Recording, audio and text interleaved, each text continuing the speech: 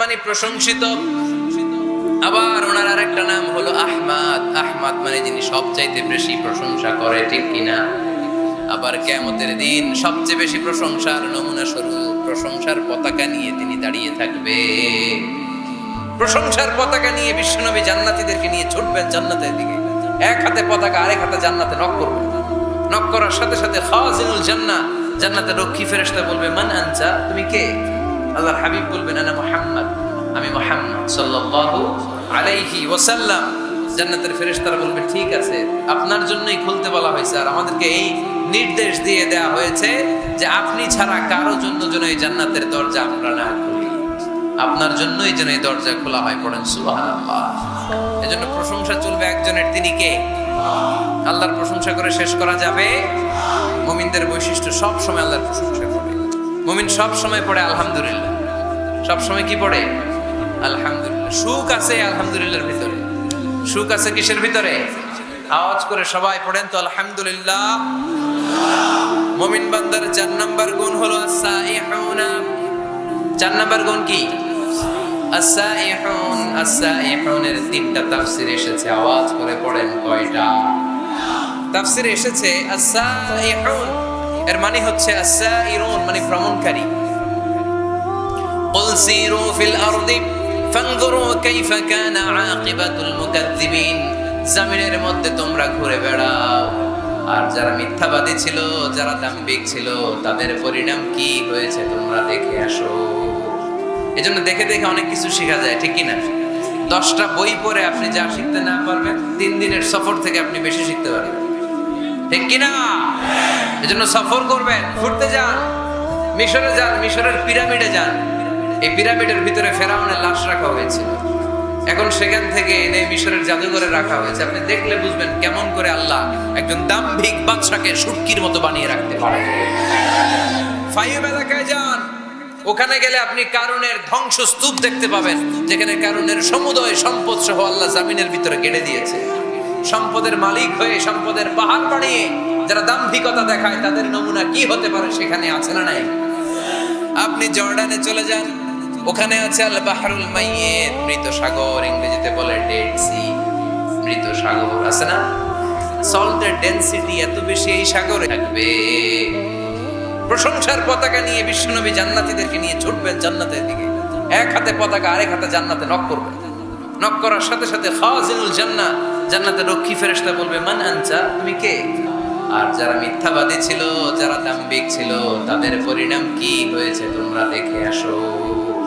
এজন্য দেখে দেখে অনেক কিছু শেখা যায়, ঠিক কিনা? 10টা বই পড়ে আপনি যা শিখতে না পারবেন, 3 দিনের সফর থেকে আপনি বেশি শিখতে পারবেন, ঠিক কিনা? এজন্য সফর করবেন, ঘুরতে যান, মিশরে যান, মিশরের পিরামিডে যান। এই পিরামিডের ভিতরে ফেরাউনের লাশ রাখা হয়েছিল, এখন সেখান থেকে এনে মিশরের জাদুঘরে রাখা হয়েছে। আপনি দেখলে বুঝবেন কেমন করে আল্লাহ একজন দাম্ভিক বাদশাকে শুটকির মতো বানিয়ে রাখতে পারে।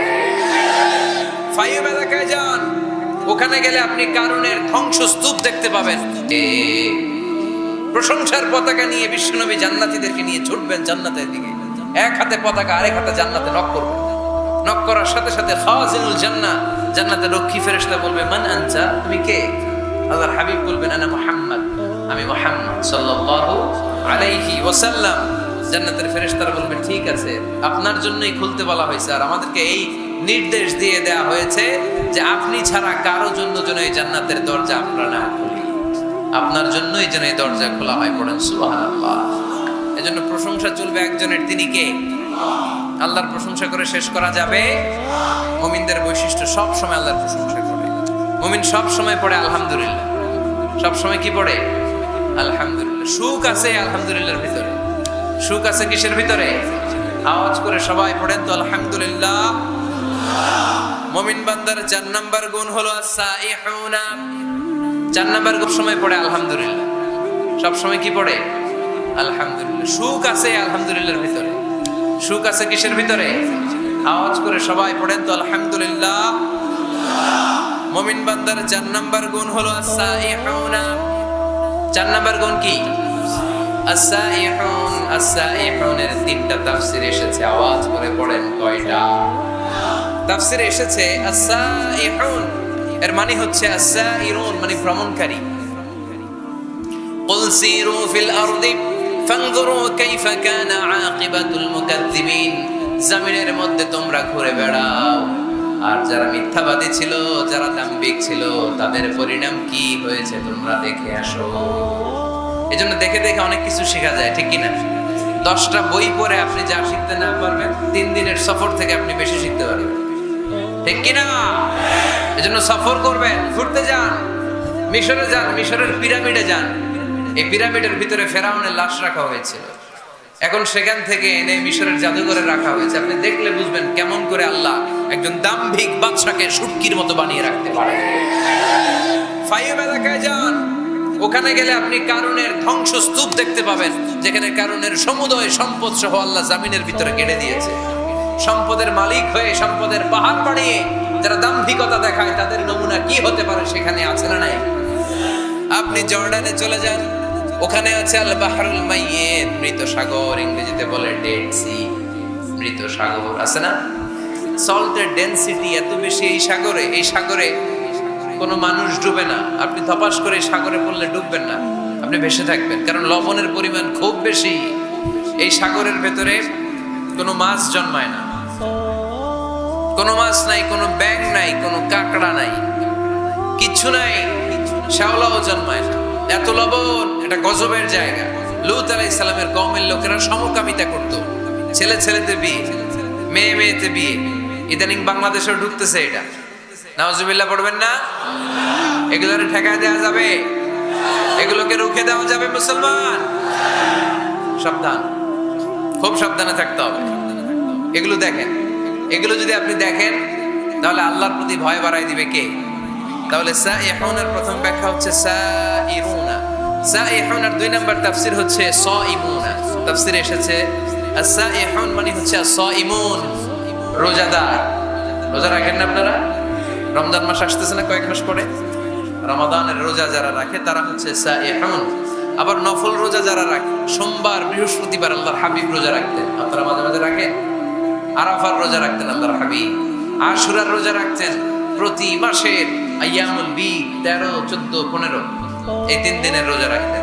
কক্সবাজারের ভাইয়েরা এই রোজাগুলো আপনারা রাখেন না? না রাখেন?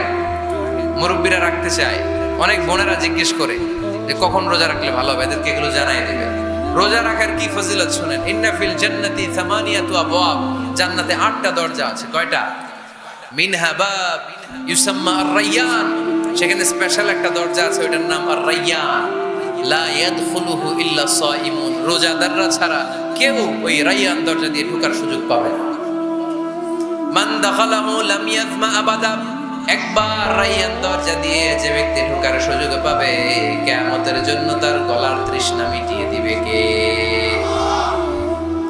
সাইহুনের 3 নম্বর ব্যাখ্যা হলো আল মুজাহিদুনা, যারা জিহাদ